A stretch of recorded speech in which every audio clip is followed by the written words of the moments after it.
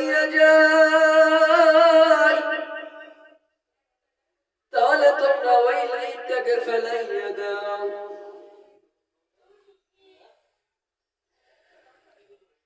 আমার আল্লাহ তাআলা তোমাদেরকে পাঠাইছে আমার আল্লাহ তাআলার ইবাদত করার জন্য। যদি তোমরা ঈমান না নিয়ে মরে যাও তাহলে ওই কিয়ামতের ময়দানে ওই ফ্যানটা যখন নষ্ট হয়ে গিয়েছিল তখন তোমরা ওই ফ্যানটার কোনো মূল্যায়ন করো নাই।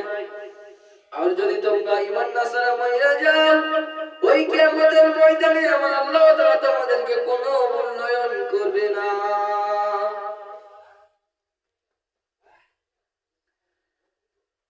আমার আল্লাহ তাআলা আমাদেরকে দুনিয়াতে পাঠাইছে শুধু ইবাদত করার জন্য, কোনো নাচনাচি করার জন্য পাঠাই নাই, কোনো গান বাজনা শোনার জন্য পাঠাই নাই।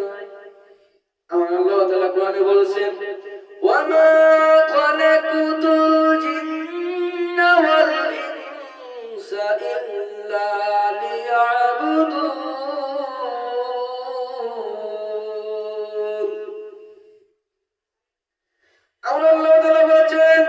আমি জিনটা দিয়ে এবং মানুষ জাতিকে সৃষ্টি করেছি আমি আল্লাহ আমার ইবাদত করার জন্য।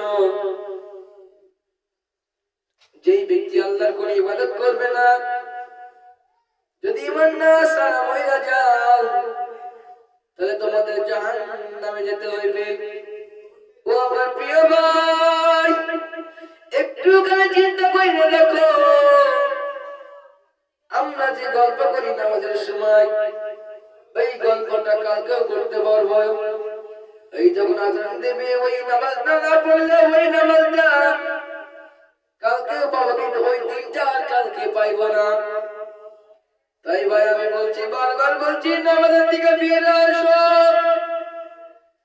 নামাজ ছাড়া তোমার কিছু হবে না।